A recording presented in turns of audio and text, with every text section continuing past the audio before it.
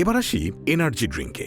বাংলাদেশে speed, tiger, braver, পাওয়ার, bulldozer, Red Bull. School কলেজের ছেলেরা পরীক্ষার আগে রাত জাগতে খায়, খেলার মাঠে খায়, আড্ডায় খায়, অথবা মন চাইলো তাই খেলো আর কি। এই তো একটা 250 মিলি এনার্জি ড্রিঙ্কে 70 থেকে 90 মিলিগ্রাম ক্যাফেইন থাকে। প্রাপ্তবয়স্কদের নিরাপদ দৈনিক সীমা 400 মিলিগ্রাম, কিশোরদের জন্য 100 মিলিগ্রামেরও কম। বিএসটিআই এর নিয়মে কার্বোনেটেড বেভারেজে ক্যাফেইনের সর্বোচ্চ মাত্রা 145 মিলিগ্রাম পার লিটার। কিন্তু এই কোম্পানিগুলো লাইসেন্স নিয়েছে কার্বোনেটেড বেভারেজ হিসেবে, ভেতরে ক্যাফেইন দিচ্ছে অনেক বেশি আর মার্কেটিং করছে এনার্জি ড্রিঙ্ক বলে।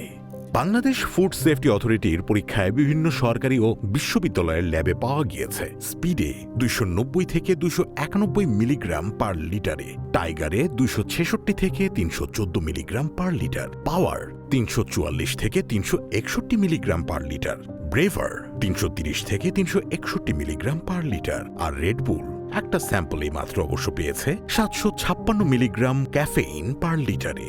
প্রতিটাই বিএসটিআই এর 145 ppm এর সীমার দ্বিগুণ থেকে 5 গুণ পর্যন্ত।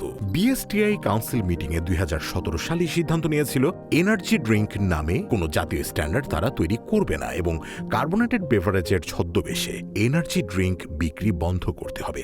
এই সিদ্ধান্তের পরও কিন্তু এর বাজার চলছে। ঢাকা ট্রিবিউনের রিপোর্ট অনুযায়ী বাংলাদেশে শিল্পমন্ত্রী নিজে একটা এনার্জি ড্রিঙ্কের মধ্যে নার্কোটিক সাবস্ট্যান্স আছে কিনা পরীক্ষা করার নির্দেশ দিয়েছিলেন। পরীক্ষায় নার্কোটিক পাওয়া যায়নি ঠিকই, কিন্তু প্রশ্নটাই বলে দিচ্ছে এই প্রোডাক্টগুলো নিয়ে আসলে কতটা অনিয়ন্ত্রিত পরিস্থিতি এখন। তো আবার ফেরত যাই, আমাদের শরীরে কি হচ্ছে এই সো কল্ড কার্বোনেটেড বেভারেজ খাওয়ার ফলে? এত মাত্রার ক্যাফেইন হার্ট রেট অস্বাভাবিক মাত্রায় বাড়িয়ে দেয়, রক্তচাপ স্পাইক করে, অ্যারিদমিয়া বা অনিয়মিত হার্টবিট তৈরি করতে পারে। তরুণদের মধ্যে হঠাৎ কার্ডিয়াক অ্যারেস্টের ঘটনা পৃথিবী জুড়ে রিপোর্ট হয়েছে এনার্জি ড্রিঙ্কের সাথে যুক্ত করে। আর চিনি প্লাস ক্যাফেইনের কম্বিনেশন অ্যাংজাইটি, ঘুমের সমস্যা এবং ডিপেন্ডেন্সি তৈরি করে।